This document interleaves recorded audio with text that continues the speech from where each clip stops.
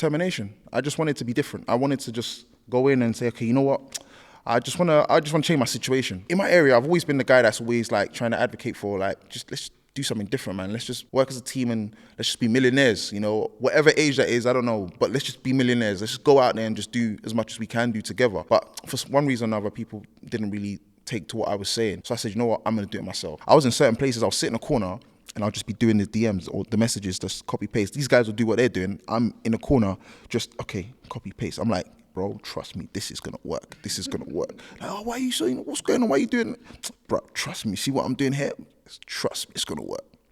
And then 4 months later, boom, made my first 40K.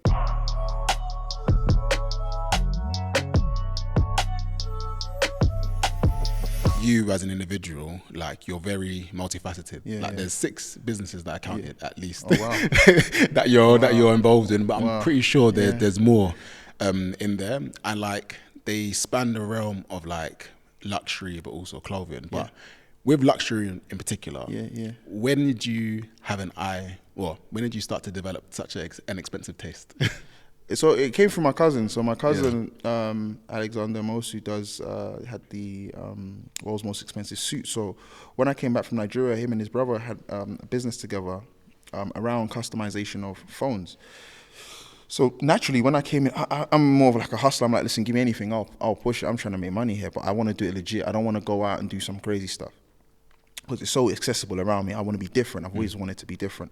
So I said to my cousin, who is younger than Alex, he's youngest of the family, in their family, I said to him, look, he said to me, look, you want to come on board? I'm like, yeah, I want to come on board. He then introduced me to his brother, who's Alex. We all know each other, but as for like formally, like, look, he's going to help with this. And then we kind of went through the different ropes of, okay, this is what this company is about. This is what you need to do. This is going to be your position. I'm like, yeah, whatever. I'm down. Just teach me the ropes. I'll learn. I'll pick it up. And then that's how I kind of developed, a conversation with them, and then moved into like handling products, moved to even having my own of the products that we were selling to clients. Learned marketing quite quickly, actually, because I was determined. It was like, listen, I'm going to teach myself how to reach out to customers and try my best to persuade them, or try my best to get them to purchase a product, or even at least see it. So I did that through like Twitter, I did that through emailing, did that through several ways. Twitter was a good one, actually. And then, that was kind of how I got to grips with it. I sent out some not so great emails because I didn't know the type of English to use and the tone and all the rest of it. But, with time, I kind of picked up on what I needed to say and how I needed to say it. And then, just kind of went from there. Because what was the first product? It was a phone? It was a phone, luxury phone. So the phone was a gold phone, gold-plated. We handled gold-plated. So there was 2 sides of the company. There was Alexander Amosu, which started from Alex, and then we had Amosu Couture, which was the subsidiary of that company. So Amosu dealt with pure solid gold and genuine stones, diamonds. Amosu Couture dealt with gold plating and Swarovski stones. Similar or even same process, just one is more higher end than the other. So I focused on that, but at times we would get like a referral, can I have it in solid gold instead of gold plated? And then that's basically where it all began for me. Oh wow, that's amazing. Yeah, because when I think of customized phones, I remember seeing, like years ago, I think 2 Chainz done something about the most expensive phone. And it's like diamond encrusted. So you guys were like innovators in that space. Way before that. That was way. But that's when he done the most expensivest or whatever. Before that, man. Way before that. Way before that. We were dealing with that a long time before that show started coming out. I mean, I'm talking 2000 I started getting into it 2009, 2008 maybe. Probably even before that, actually. It's when I came back from uni. So when did I start uni? Something like that, 2000 and something. Early doors. And then shortly after, I was involved in that business for, I could say, 4 or 5 years. But that was when I joined. Remember, they'd been doing it before. And then kind of got to grips with it quite heavily. And then, we just kind of developed an understanding for luxury, because you get to see, like, imagine someone spending $2,000 on a phone that's like £200. Do you know what I'm saying? Just to have it different to somebody else. kind of money do you have? You know, like, and then it's not just one person, it's not just two people. It's like hundreds of clients, you know. Where are these guys coming from? Yeah. You know, then we started dealing with Russians. Then that's where I learned about Dubai. It was mainly Russians and people from Dubai, you know, mainly. Those were like the top clients. And there were people, you know, like Asia, we had some customers from Asia. We had like, I don't know if I should say this, but we had like, you know, that condom company called Skin? Yeah. We had them, before they blew up, we had them. They asked us to do like iPods, I remember, seeing the logo, like years after, but it became popular. I'm like, yo, I swear I've got that, I have this logo somewhere like in my phone. And I looked, I'm like, yeah, it's the same company. Damn. And they asked us to customize some iPods for them. I think we did an iPhone.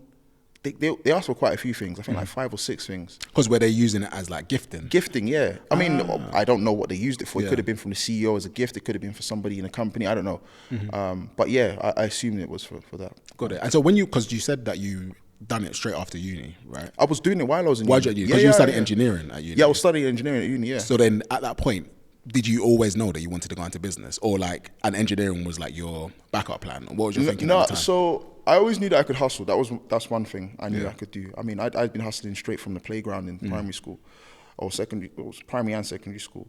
So I knew that, okay, I had a knack for, you give me something, I'm going to find someone to buy it. Yeah. Or I'm going to create something and I'm going to sell it to somebody.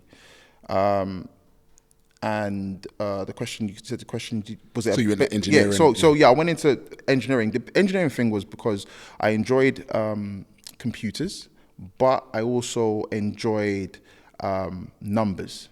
Like, I know computers and numbers kind of work hand in hand. So I kind of I went into that just to kind of like make my mum happy, you know, like, okay, you know, you want me to go uni, I'm going to go uni, this is what I'm going to study. I didn't have an inkling of business, like official business. So then when I was in uni, I was like, I started taking like gold iPads to school. I had a gold iPad at the time. What, from your cousin? Yeah. I made one for myself as well. So it's like, I had a gold iPad. I'm like, people are looking at me like, this guy's got a gold iPad, because like, I don't look like the person to have a gold iPad. So everyone's looking at me like, it was weird. I didn't realize it was weird till after, like thinking back on it, it's like, you know what, that was actually a weird experience. Yeah, you're using a gold iPad. Yeah, like, who does he think he is? You know, like, you know, you're not from any wealthy family. Like, this is the stuff that you see, like, the Arabs be doing. Like, you know, I'm not Arab. I'm not even a black Arab, you know? So, yeah, so that whole business thing it wasn't ever on my mind. I just, in my head, I just kind of classified it as I'm going to hustle. That's it. Whatever that means, it's what it means. Yeah. So yeah, that was it. And then I kind of fell into business full time when it's funny because I started working, because I didn't get an engineering job. I've never gotten an engineering job. Did you want one?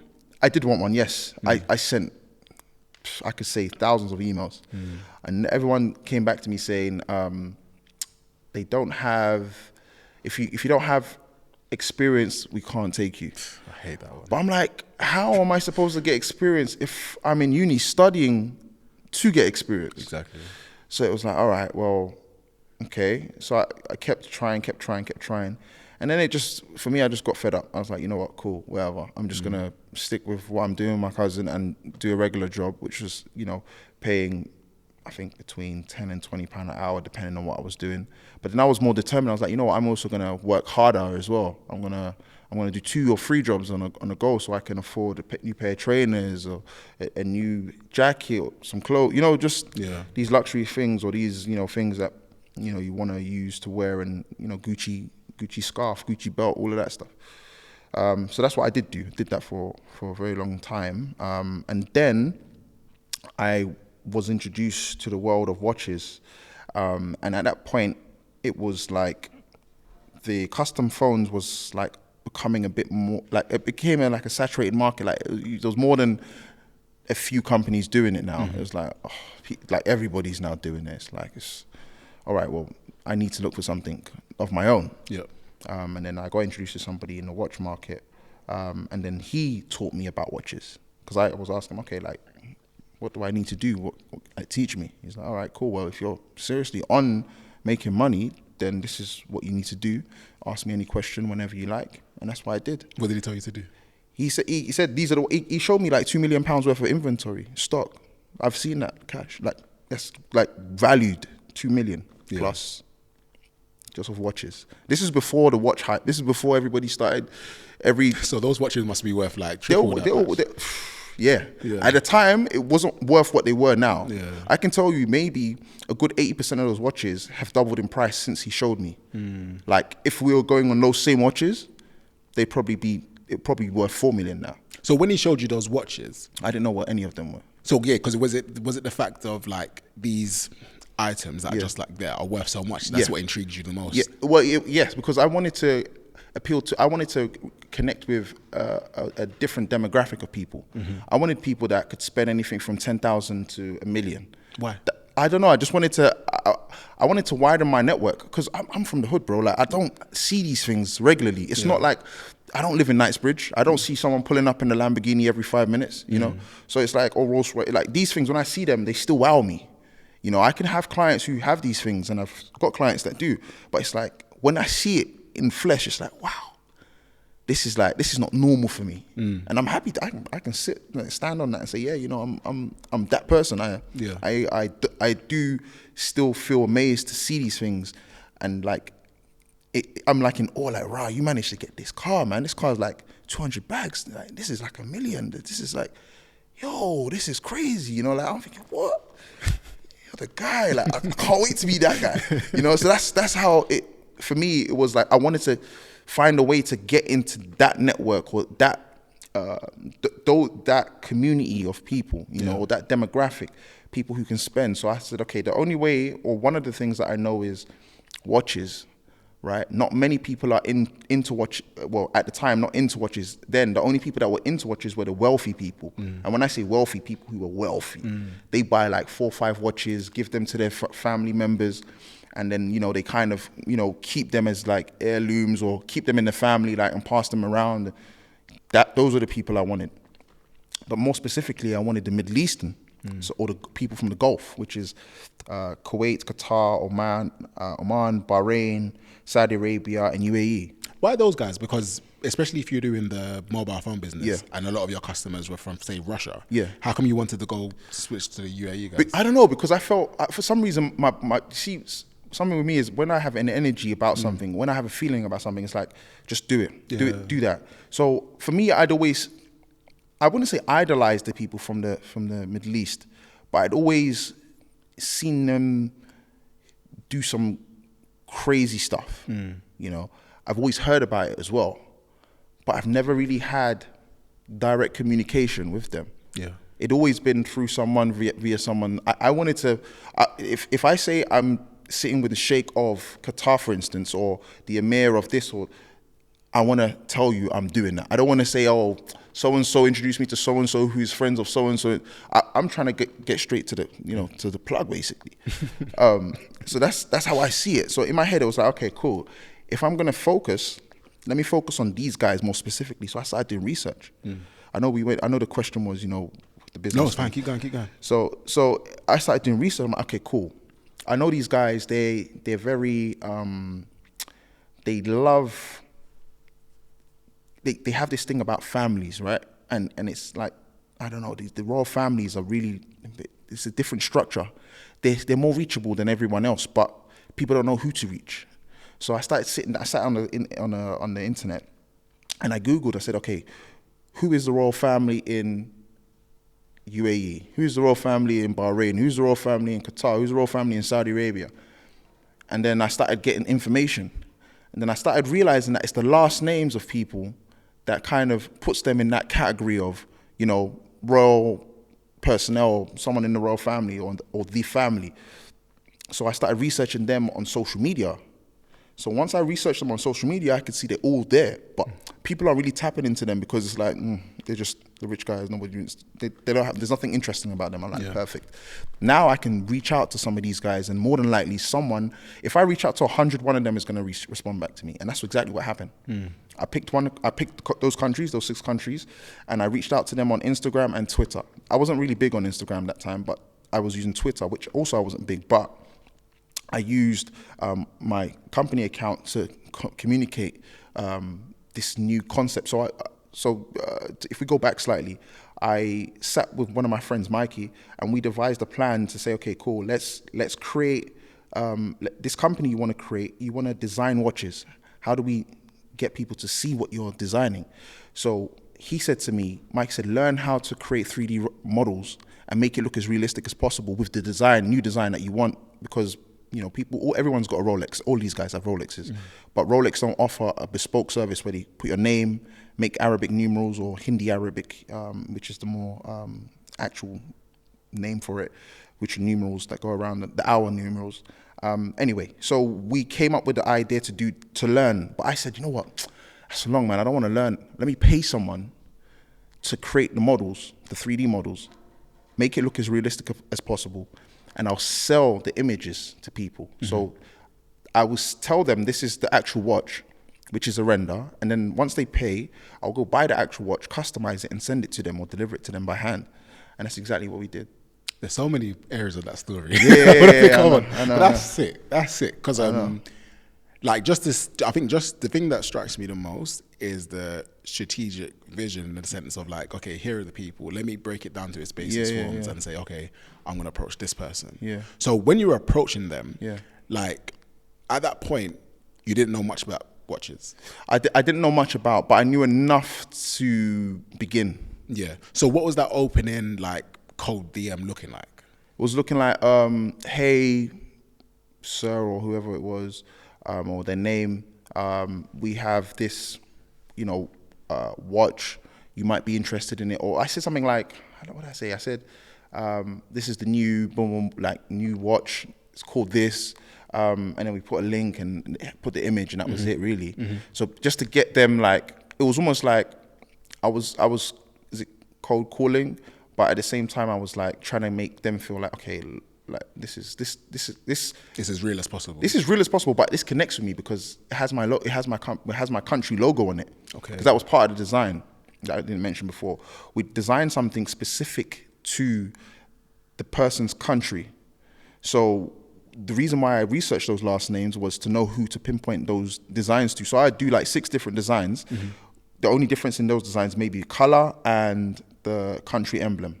That's it. And then I do those renders, then I'll send them to the people who had those last names, and then just keep sending them. And then what I also do is look at the people that they followed and did the same thing, and then look for them again, the same, and just kept on going. It was like an ongoing chain to the point where Twitter said to me that they're putting me like, no, stop, you can't message anymore. How many people were you messaging? I was hundreds of people. Yeah, on a daily basis? On a daily basis. Messaging hundreds of people. So how did you make your own like profile look? Because I imagine if I get a DM with someone telling me that trying to sell watches, I'd think it's a scam.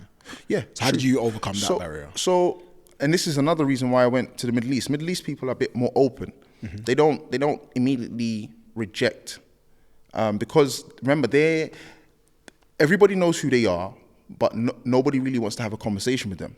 So somebody who isn't for me anyway, I was like, look, this is the perfect time to reach out to these guys. And that's why I did the images that had their country, because they will look at it as a spam email or message.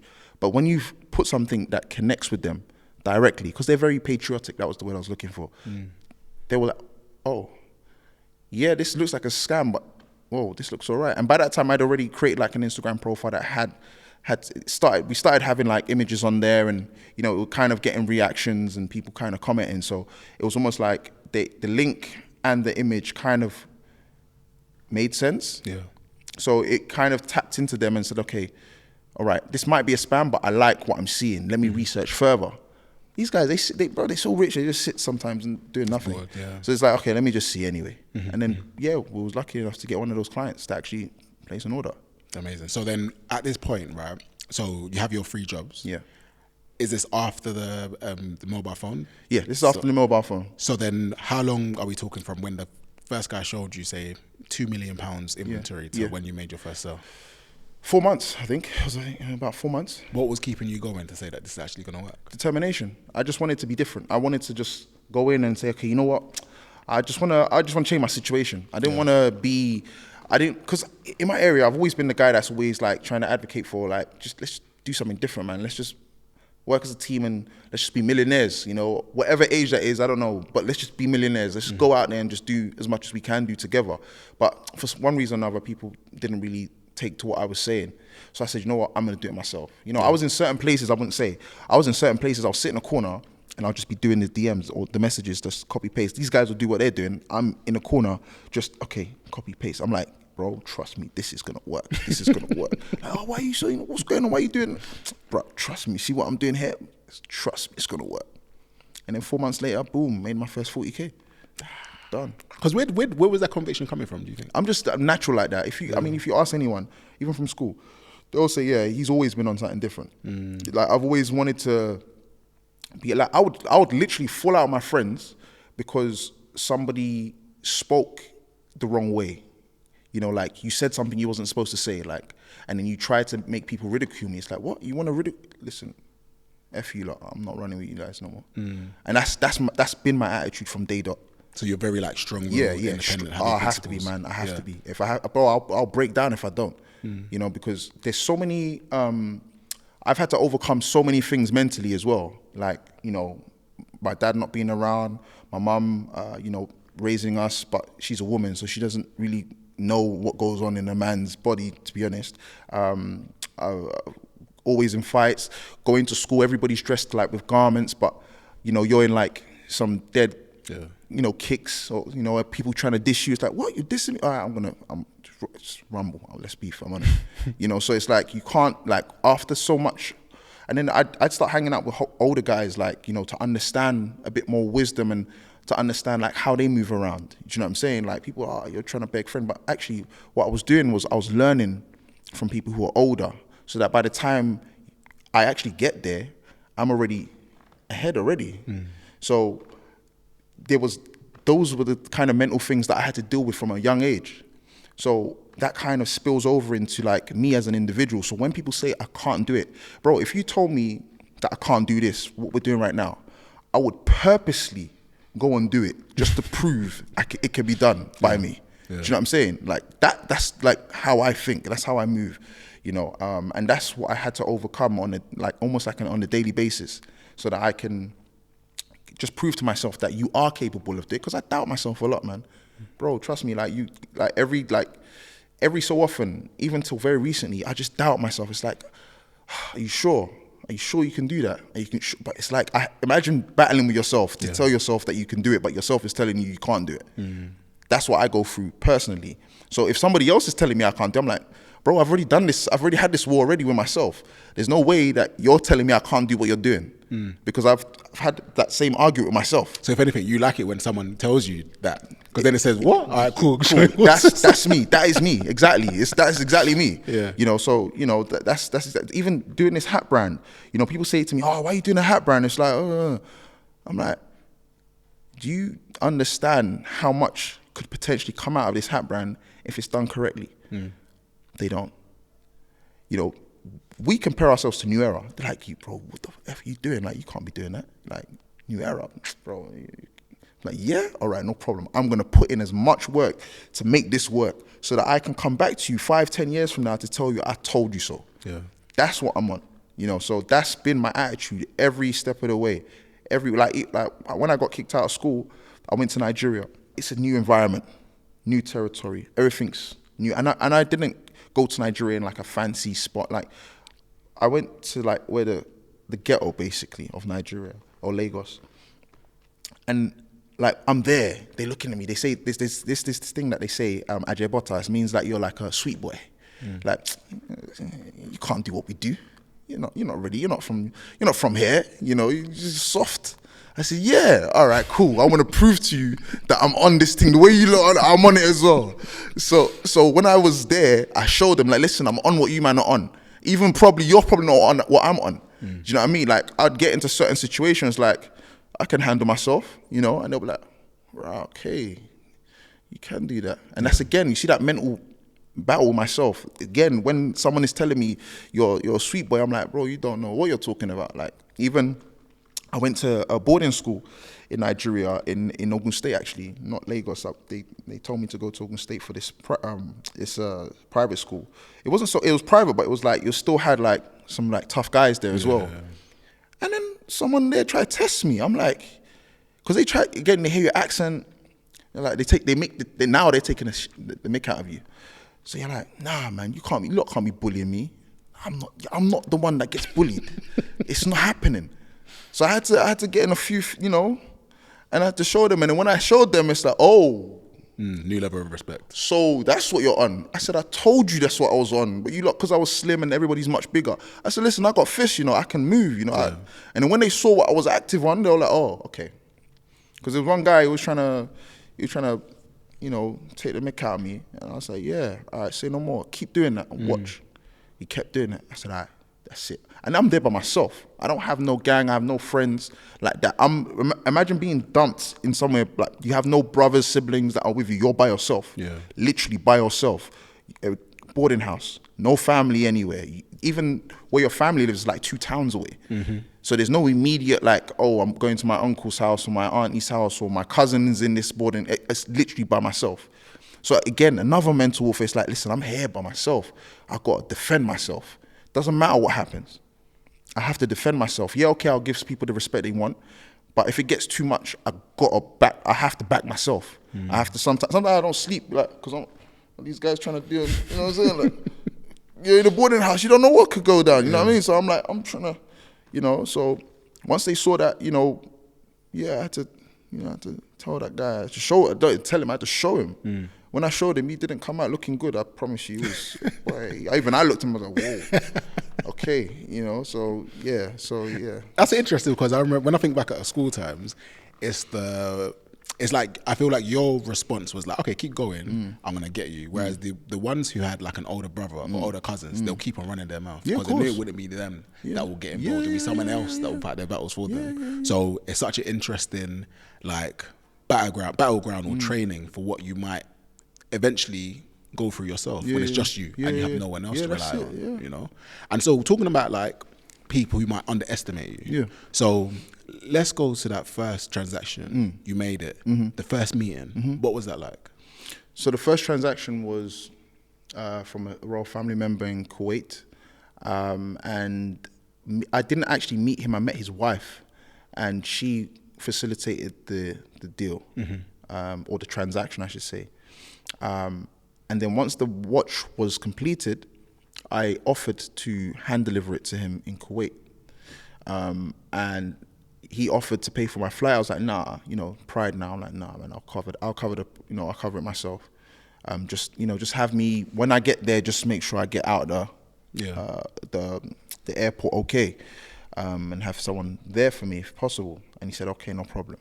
So I got there, they basically picked me up right from the door of the aircraft and walked me straight through, literally, diplomat. Telling you, it was crazy. And then I got my stamp book. They put me in a car, like, it was like, they passed me from one person to the next. I was like, yo, what's going on here? I was just following, like, yo, go this way. And I was speaking Arabic. I couldn't speak Arabic or understand it.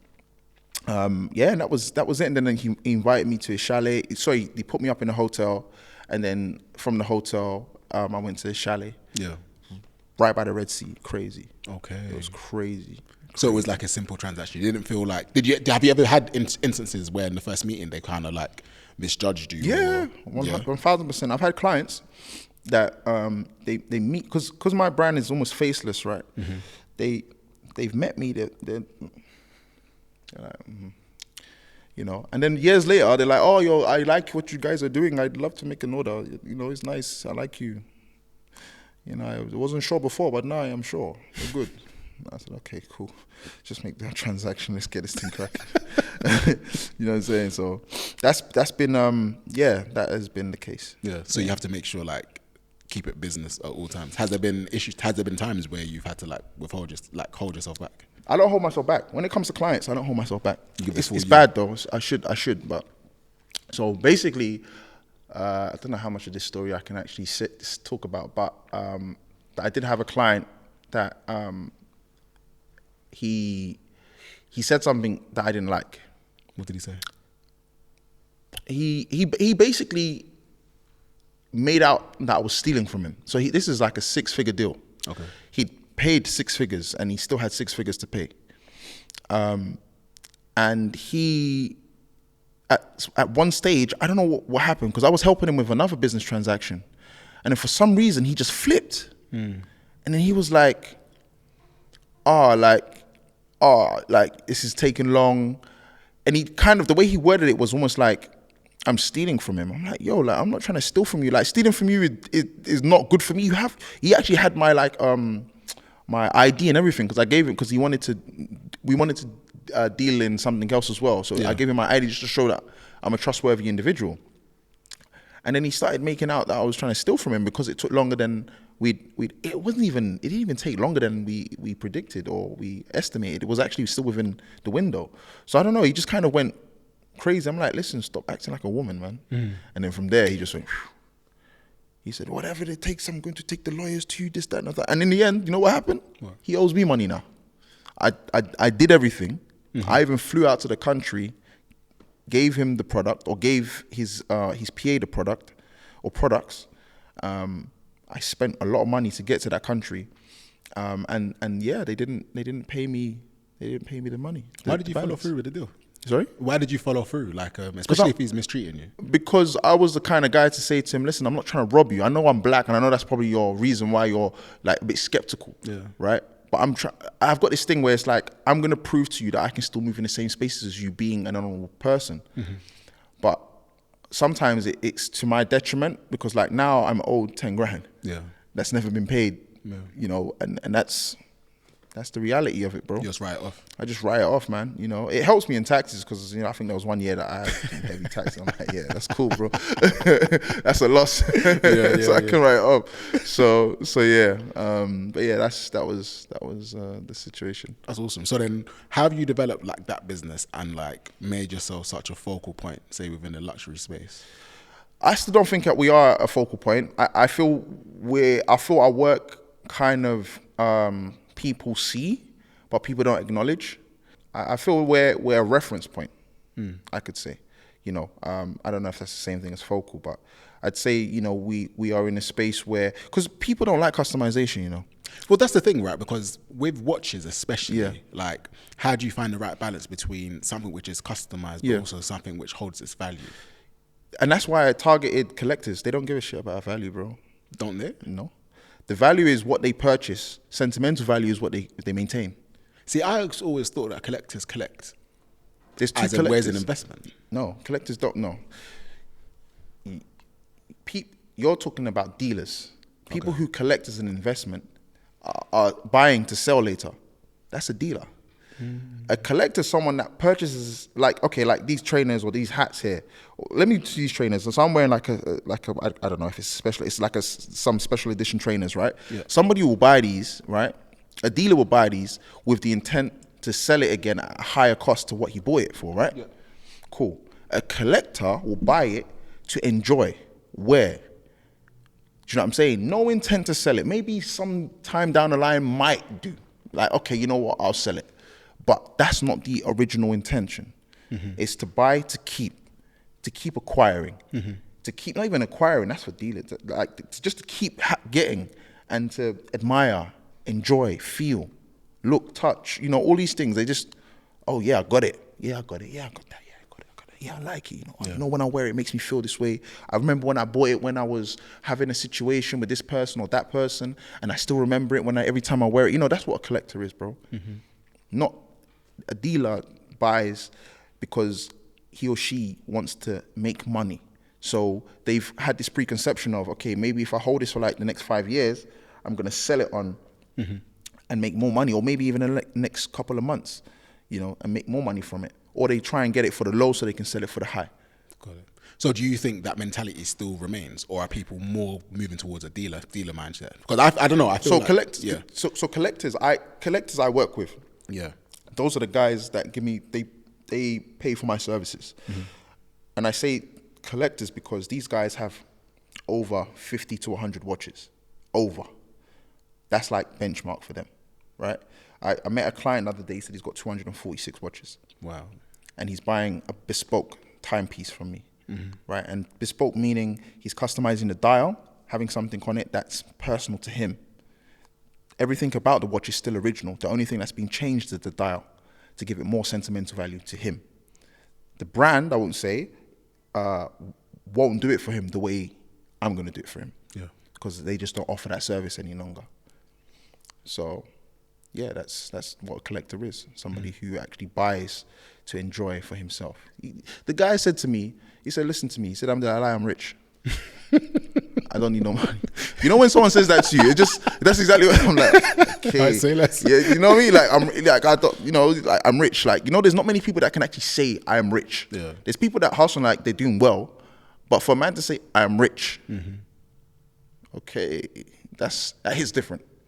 Yeah. So those are my clients. Those are the kind of clients I work with. It's so interesting because now that I'm thinking about it, it's like even just from the original business plan, because you're focusing on customizations rather than dealers, then you're already focusing on like a very niche subset of customers.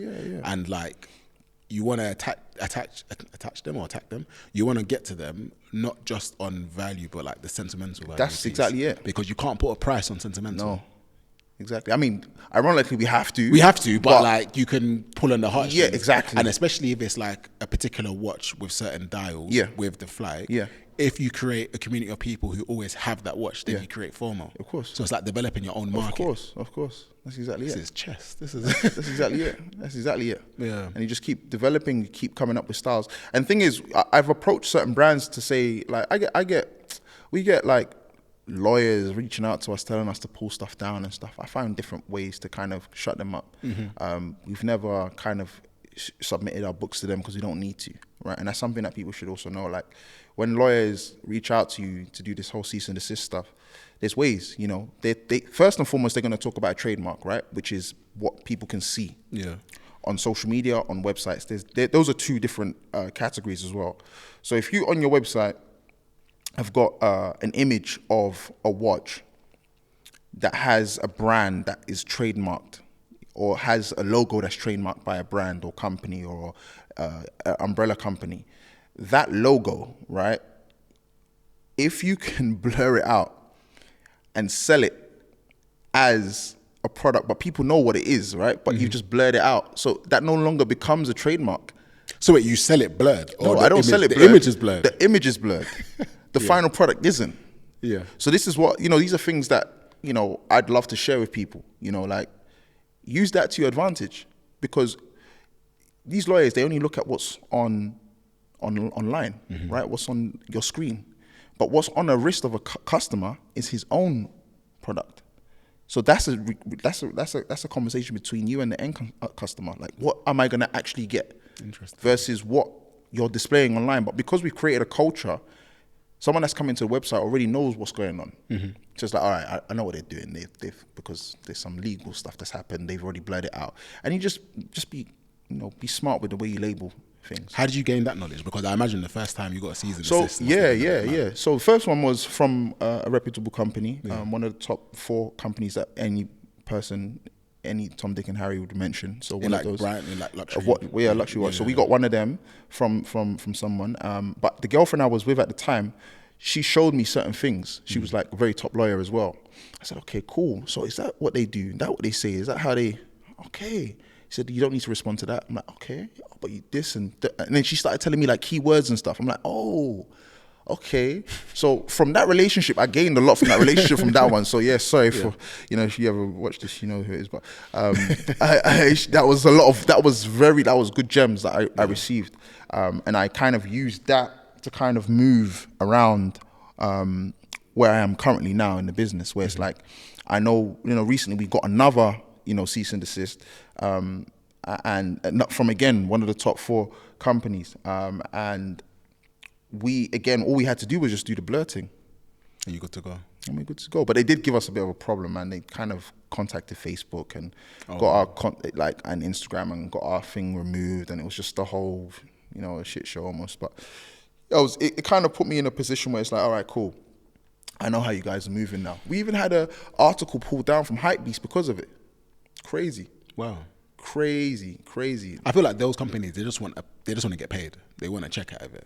No, you know what it is? It's the lawyers that they employ. Remember, they're lawyers on retainers. They have to show what they're doing. No, but as in, like, if you made like a deal or a collaboration with the large watch brand, I imagine they'll be more open, because then every time you make a sale, to them, they're making money off of it. Of course, but but sometimes they don't think it's an old person's mentality that they have. They don't really open, you know, they don't like to. And again, you gotta understand, like, a lot of these things are like, it's like mafia, really, innit? It's like, if you're not one of us, you can't. It's not gonna happen. Yeah, yes, it can't happen. I mean, if I was like one of their CEO relatives, this will be easy, easy peasy. They'll probably tell me, yeah, come on board, you look after that, you great. They'll probably introduce you to their high net worth customers as well. Yeah.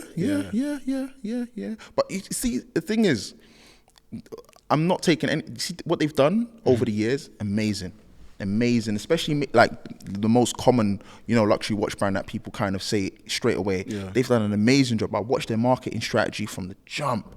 I looked at it like, I did research, obviously, because I wasn't alive when the company got produced or started, but I looked at the story, and it was amazing marketing, bro. Amazing. To the point where it's like, I get it, why everybody talks about this brand. Till tomorrow, like, I get it. So, yeah, man, it's just learning. So when you're in those kind of circles, they want to keep it to their own. They don't want to, you go away, you know, like we created this is our little thing, you know, this is this little thing of ours. You know, that's what it is really for them. And they just develop their company with their people, and they just move it around, you know, son, cousin, auntie, uncle, relative, friend of a friend, friend of a cousin, friend of a brother. We've had dinner for 10 years. We want you to now come in, you know, that kind of stuff. You know, so yeah, man. One thing I've noticed, you're very much a student of the game. In the sense that, like, it sounds like you're constantly learning, constantly developing. Every day. So I've got a twofold question. What areas are you developing on currently? What areas would you say is your strength as well? Okay. So designing is my strength. I always think about how to be creative. That's like every day, pretty much. I look at something, how can I make it better? That's my thing. And the second question? So, like, what areas are you developing? And what areas I'm developing? I'm trying to develop a lot more patience as an individual, and I'm also trying to develop what's the thing? Compressing everything to, like, not confuse myself too much. Go on. So, like, now I've got this hat company, right? I've also got a watch customization company, but then I had a management company. I've got that company. And got that company. So it's like these things, they can distract you. And I'm not saying I'm a one-man band. I do employ people, but my focus isn't at every single one of those every time. So that's what I'm learning, how to bring it to your strengths, you know. So creating designs is your strength. What are you passionate about? Watches. And also hats, because I used to collect hats when I was younger. Now I've got a hat brand myself. So those are the two things, in my opinion, that I'm really trying to develop. Got it. Like, so is the aim to, like, take yourself out, but then have people run the ops kind of stuff? That's it. That's exactly it. That's exactly it. I like that. That's exactly it. I like that. So yeah, just it's just taking a bit of time. But we'll get there eventually. Because how do you manage your time as well? How do I manage my time? Especially across so many different things. Every day is different, bro. That's you know what, I did pray for this, so that's why I don't complain about it. So managing my time I don't really manage my time. I wake up and I say, okay, this is a task that I would like to get done. Sometimes it doesn't get done completely. Sometimes it gets done partially. Sometimes it does get done completely. It's my mind. It's all in my mind. It's just, how do I wake up this morning? And then that's how I kind of take my day. Sometimes it's a good thing, sometimes it isn't. That's so interesting, because I feel like you're very strategic. So I'm surprised that you don't have such a prescribed day to day. No, I don't. I actually don't. I've actually I started using my calendar more now. Before I didn't use it a lot. I started using it a lot more now. But yeah, a lot of my days, like, I kind of have like a overview of what I want done in general. But then you have to whittle it down, right? You have to break it down, like, this has to be done, so that big image that you've created in your head, or that big task that you feel needs to be completed, can be actually completed. So that's that's kind of how my days go. So it's based on feeling, but also a bit of strategy, but more about how I feel today. Like, what do I need to get done? It's like seeing your room dirty, you know? You wake up, you're like, you see it dirty, it's getting dirtier. There's like, you know what, today, I'm just going to clean my room or clean the floor, you know? Yeah. So that's how my days are. All right, cool. I've got a couple quick fire questions Yeah, for you. Go for it. So first one, what's your main source of motivation? Let's come back to that one. That's a deep one. It can go different ways. All right, cool. When you think of success, Yeah, who comes to your mind? It's crazy. Jay-Z does, and there's a deeper story to that. But yeah, Jay-Z's your one. Yeah. What's one piece of advice that you always give to people? Oh, never give up, man. And don't let people. You see, when people tell you can't do it, because I got that pretty much all of my like from zero to like 20. When people say you can't do it, do it. Okay. If there's one book or film or anything that you've read that changed your perspective, what would it be? I read a book. It's a derivative of the 50 Laws. It's the 50 Cent one. Sick. And I read that and did the audio book, and that was a very good book. Hustle Harder. I think it's Hustle Harder. It's the one. Is it the one that he's doing with the writer of the 50? I think so. Yeah. That's the one. That's the book. All right, cool. Do you remember the motivation one? The source of motivations? Source of motivation. Sometimes I wake up and I say, "Mom, I just want to put you in a better space." That's kind of like one of my motivations, but there's so many. Like I can go on for days with that one. Oh, cool, man. It's a pleasure, man. Yeah. We have to do part 2. Where can people find you? I've got my Instagram personal one. It's Magno__forever. So Magno MAGNO__forever. And then I've got Splendore Unique, and I've got Strong Wings, my hat brand as well. That you can also find. We're going to be doing some crazy stuff next year as well. We've done some crazy stuff already. I look forward to what happens in the future. Amazing. Manny, thank you so much, my brother. Appreciate you.